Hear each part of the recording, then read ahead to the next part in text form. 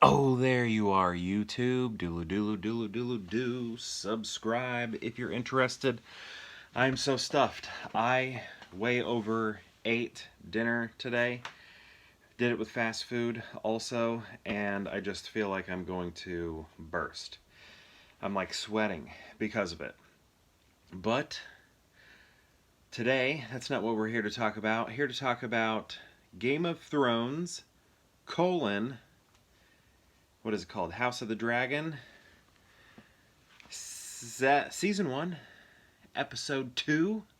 Just finished watching that. I think everybody else on Earth that's watching the show watched it yesterday. I'm a day late, um, but I feel like I might have liked this episode more than the previous one. It's not because of the story, though. With the first episode, well, one, let me state this.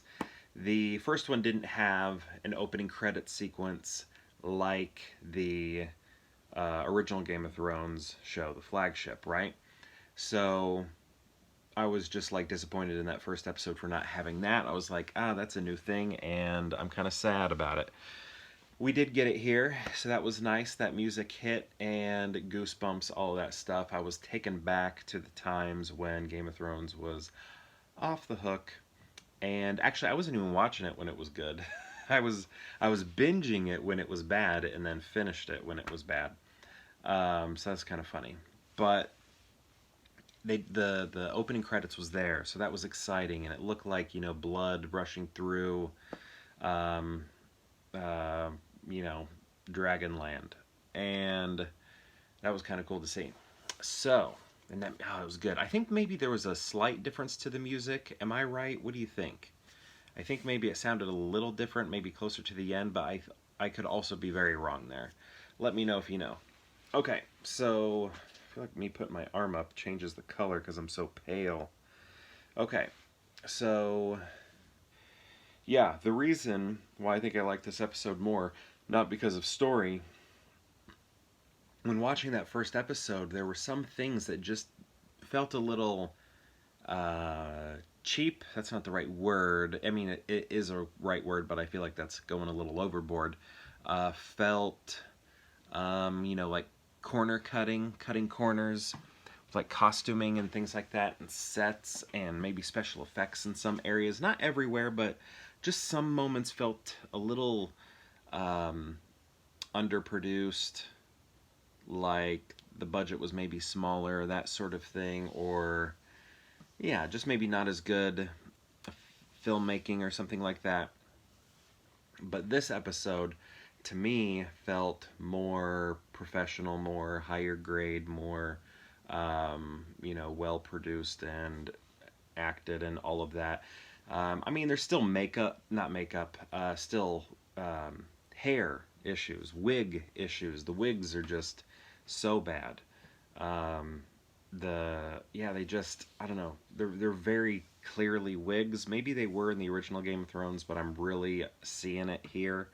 So I think maybe they need to put fewer strands of hair. I don't know. It's just like everybody has a giant mat on their head. So that I guess is still an issue compared to the first episode. But story wise, I think it's still holding up. It's good. It's still kind of very Game of Thrones, but more,